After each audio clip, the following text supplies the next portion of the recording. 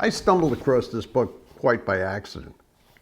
I really wasn't looking for yet another Shakespeare biography, but I had read a couple of Bill Bryson books before. One of them was a short history of everything, which is fundamentally the history of the universe. More recently, I read his book about the body.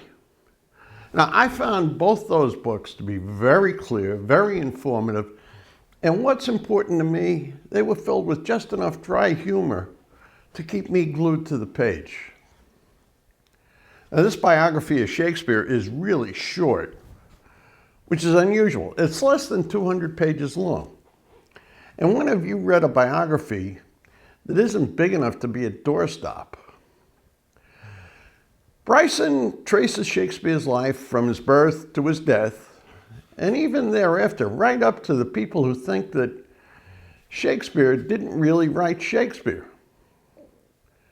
Now, the fundamental idea of the book is that there are really very, very few verifiable facts about his life. He doesn't say that it's pointless for people to try to find stuff out, and in fact, he pays a lot of attention to the people who have made really heroic efforts to uncover facts about Shakespeare. But he points out how necessarily difficult it is to pin down more than a few really reliable facts about a guy who lived more than 500 years ago. The same thing goes for trying to get actual, accurate versions of Shakespeare's writing. Now, along the way, he includes a lot of trivia and facts about Elizabethan England. And in some ways, this book reminds me of Simon Winchester's approach to history. I found with Simon Winchester, especially The Madman and the Professor, or The Professor and the Madman, whatever it is, that the footnotes made for super interesting background information. Bill Bryson doesn't use footnotes for that. Instead, he inserts interesting trivia and facts right in the text. Now, you won't find detailed readings of the plays, where some academics have tried to find clues to Shakespeare's life. I've pretty much always thought that that kind of stuff was, well, bullshit. I've always thought of Shakespeare as a guy who just happened to be a genius and was trying to make a buck in the theater. I think if he was alive today, he'd be in TV or the movies.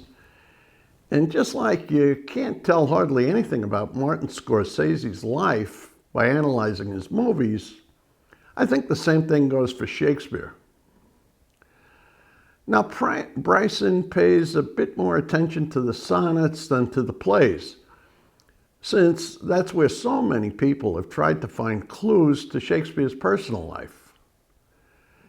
He discusses the sonnets and the interpretations that people have given them, but ultimately he dismisses them as being fundamentally contradictory, and consequently don't tell you very much about Shakespeare. I thought the two best parts of the book were the very beginning and the end. In the beginning, he generally discusses how difficult it is to uncover facts about a person who lived 500 years ago, whether it be what he looked like or even the detailed facts of his life. He gets into all the efforts a number of people have made to get at those facts. Along the way, he tells the story of a couple from America, Charles and Huldah Wallace, who decided to research all the millions of legal documents that existed in British archives from the 16th century.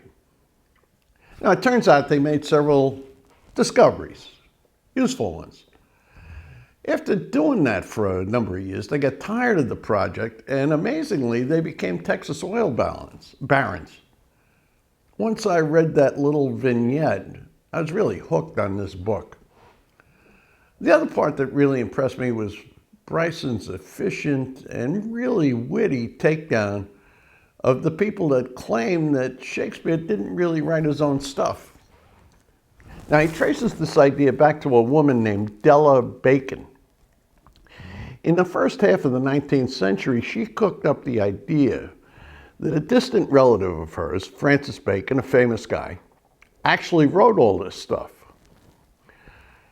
Now, even though it turned out that she was a complete and certifiable imbecile, the idea somehow took hold. Bryson very briefly looks at each of the individuals that people have proposed to be the real Shakespeare. He knocks them all down very quickly, very convincingly.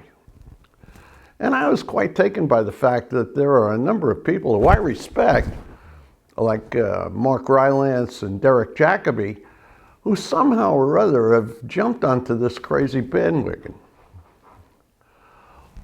Who might want to read this book? Well, first of all, if you know relatively little or nothing about Shakespeare and you want a quick and easy way to get your arms around his life, this book will do the trick. On the other hand, even if you've read some books about Shakespeare, you still might find it fairly informative. You will definitely find it entertaining.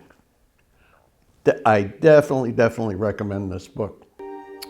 That's this week's review. I'll see you next week with something else.